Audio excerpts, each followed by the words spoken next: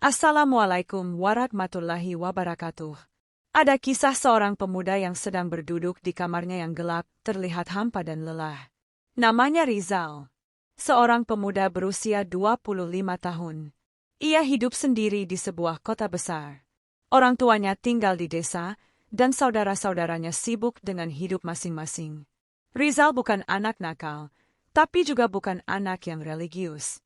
Baginya, agama itu cukup di KTP. Sholat, mungkin seminggu sekali. Mengaji, sudah bertahun-tahun tak dibuka.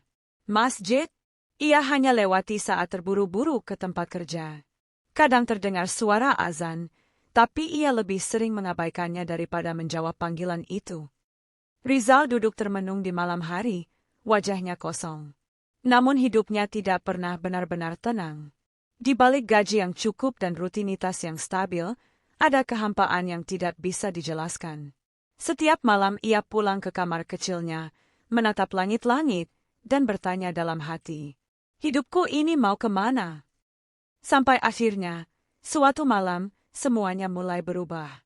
Tanpa diduga, lewat sesuatu yang tak bisa ia lawan, sebuah mimpi. Mimpi pertama, Rizal tidur gelisah, suasana kamar gelap, lalu muncul lorong panjang dalam mimpi. Dalam tidurnya, Rizal bermimpi berada di sebuah lorong yang sangat panjang. Gelap, sepi, tidak ada suara. Ia berjalan menyusuri lorong itu, langkah demi langkah. Tapi lorong itu seolah tidak berujung. Hingga dari kejauhan, muncul sebuah cahaya kecil. Sangat lembut, tidak menyilaukan. Cahaya itu seperti mengundangnya mendekat. Rizal melangkah, mendekati. Tapi saat hendak menyentuhnya, semuanya gelap. Ia terbangun dengan napas memburu.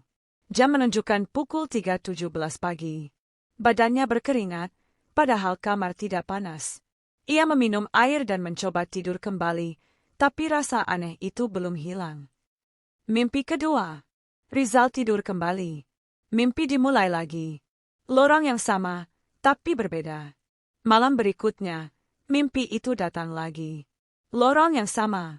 Tapi kali ini cahaya itu lebih terang. Lebih dekat.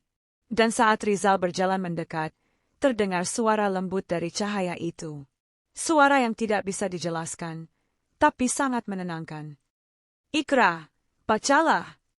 Seketika, muncul tulisan bercahaya di udara. Rizal terbangun lagi. Kali ini, ia menangis. Air matanya jatuh tanpa ia tahu kenapa. Hatinya bergetar. Ada sesuatu dalam dirinya yang mulai berubah, sesuatu yang belum pernah ia rasakan sebelumnya. Mimpi ketiga. Mimpi berubah total, dari lorong ke pelataran masjid yang megah di malam hari. Dan malam ketiga, mimpi itu tidak lagi menakutkan. Lorong itu kini berubah menjadi pelataran masjid yang damai. Bulan bersinar penuh. Dan di tengah pelataran itu, berdiri sosok berjubah putih. Sosok itu tidak memperkenalkan diri. Ia hanya berkata, "Sudah lama engkau dicari, tapi Allah tak pernah berhenti menunggumu pulang." Rizal berjalan mendekat, ingin menyentuh sosok itu.